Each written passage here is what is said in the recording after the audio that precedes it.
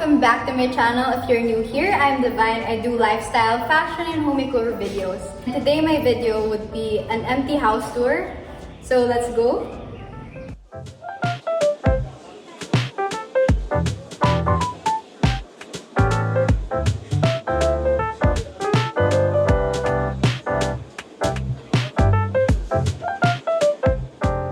Alright, so again, if you've watched my previous videos, you know that this house is actually a graduation gift.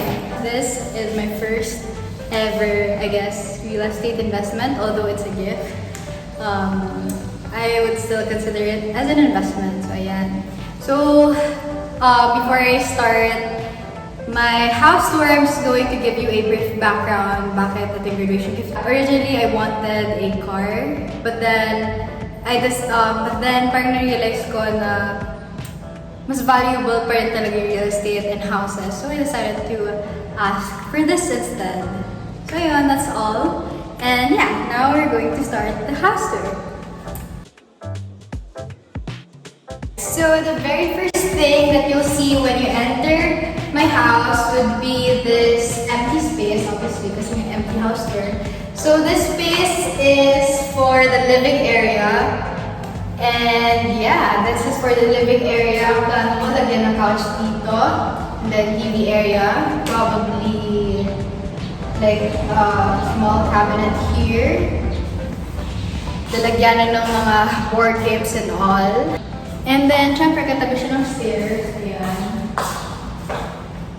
But when you move pag ganito, makikita mo yung hallway and then diretsuhin mo yun. There would be a bedroom and then nandun din yung powder room and then yung kitchen and dining area plus yung maid's quarter and dirty kitchen. So those are the spaces here in the first floor. So pag dinaretso mo to, mayroong kitchen and then the bedroom and powder room. So I'm going to show you guys. Okay. Alright, so ayan, pag dinaretso mo to, we have the stairs, and then here we have the powder room, which is super cute as well. Mind you, ako ang pumili ng tiles dyan. Here we have an open garden. Ayan, super nice din. High ceiling to. And then, after this garden, we have this first bedroom. But, pag ako nang titira dito, I'm planning to make this my, wait, I'm echoing. I'm planning to make this my office since very perfect siya for office. Since nasa first floor siya. Alright, so yeah, I'm planning to make this my office, although baka matagal pa yun. Because I'm planning to pa-rent this out pa muna. Because passive income is life, and ayun nga, I'm planning to be like Astrid na may 30 apartment buildings or like real estate investments, diba? So yun, habang nasa grad school ako, ipaparent ko muna so I have my passive income. But then, pag titira nga ako, ang plano ko dito is office ko. So yeah, this is bedroom number 1. Super nice. It's not super big, but it's not super small as well. Actually, if kung hiyaan mo na to, like Manila standard, medyo malaki na itong bedroom na to. So this area is the kitchen / dining area and bar area. So ayan, so dito muna tayo. Okay? Actually, kahit hindi naman bar area, pwede rin breakfast nook, diba? Bibili ka lang ng mga high chairs. Pwede yung breakfast nook, right? So, bibili ka lang ng mga high chairs. Then, pwede ka na dito mag-breakfast. And then, dito yung dining area. Ayan.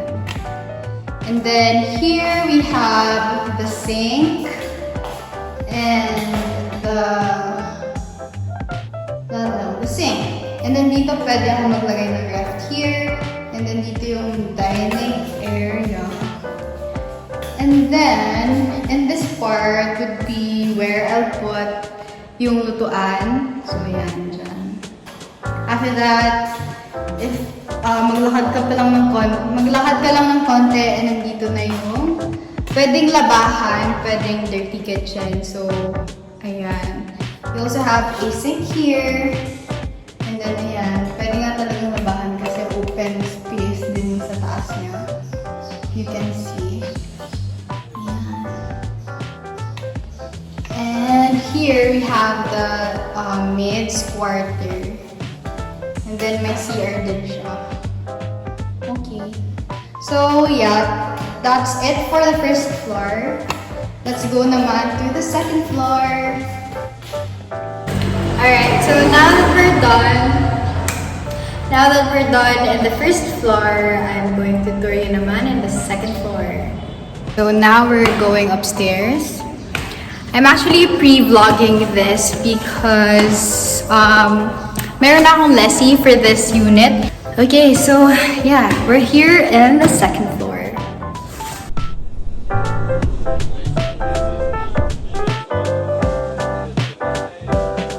Alright, so now we're here in the second floor, and the first room that I will show you guys would be the master's bedroom or my bedroom in the future. So let's go.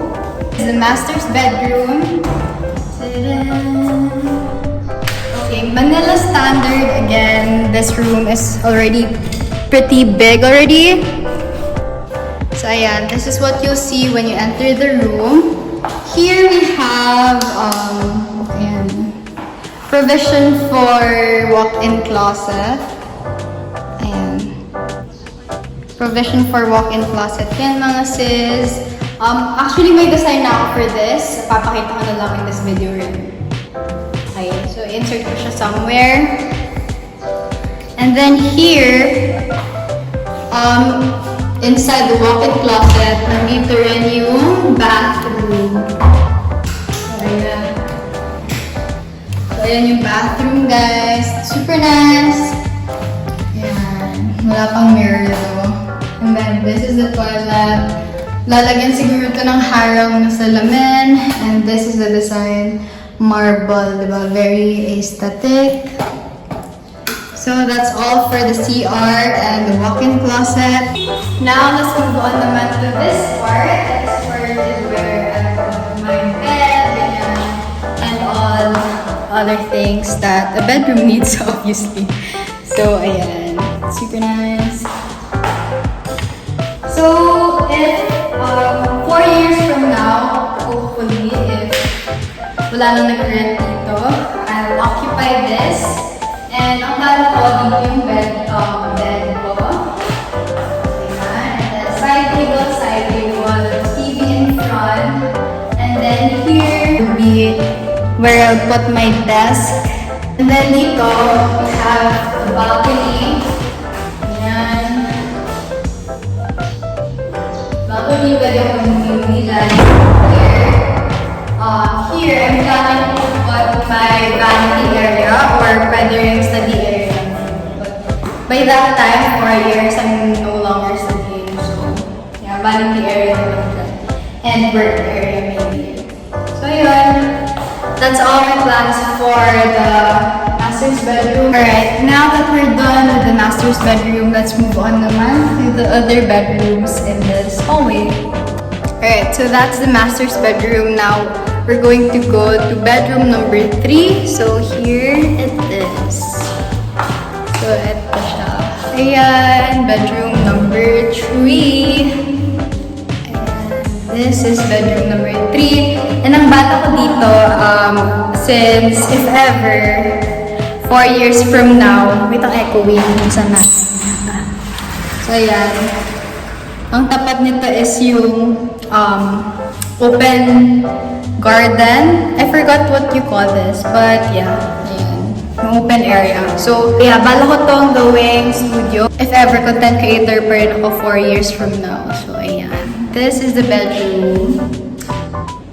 Alright, so from bedroom number 3, we're going to move to bedroom number 4. And katabi lang niya actually. It's all the way na to. And this is bedroom number 4. Now, since ang bala ko lang naman, ako lang naman titira mag-isa here, gagawin ko na lang itong guest room. So when I have my friends over, my parents over, dito sila matutulog. Ang katapat nito is itong parang, it's not a dito kasi parang ito yung place for sampayan and all that. So, may harang siya. Ayan. So, here's the bedroom number 4. And then, pag lumabas ka naman dito sa bedroom number 4, diretsuhin mo lang and you're going to... Diretsuhin mo lang and nandito yung common CR for bedroom number 3 and 4. So, ayan. Medyo... Ayan. Papakita ko na. Okay, so this, andito yung sampayan. Medyo madumi pa because hindi pa na general cleaning here. But yeah, this is how it looks like. And this is the bathroom, the common bathroom for bathroom 3 and 4. Ayan.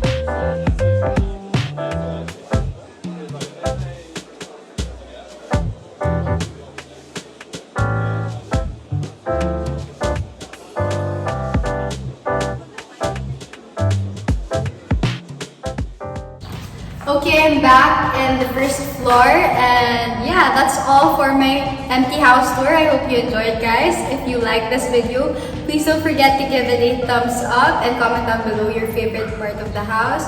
Personally, I like the master's bedroom, obviously, kasi, well, I'm planning to have a walk-in closet there and then very aesthetic in CR and all that. Meron pa siyang balcony. So yeah, that's definitely my favorite part.